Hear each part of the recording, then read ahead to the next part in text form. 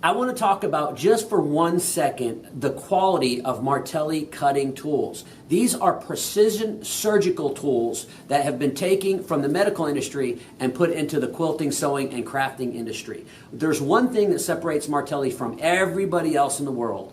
When we have cutting tools, we use high-speed steel. So when you sharpen a cutting instrument, you have to do it at high rates of speed on a sharpening stone.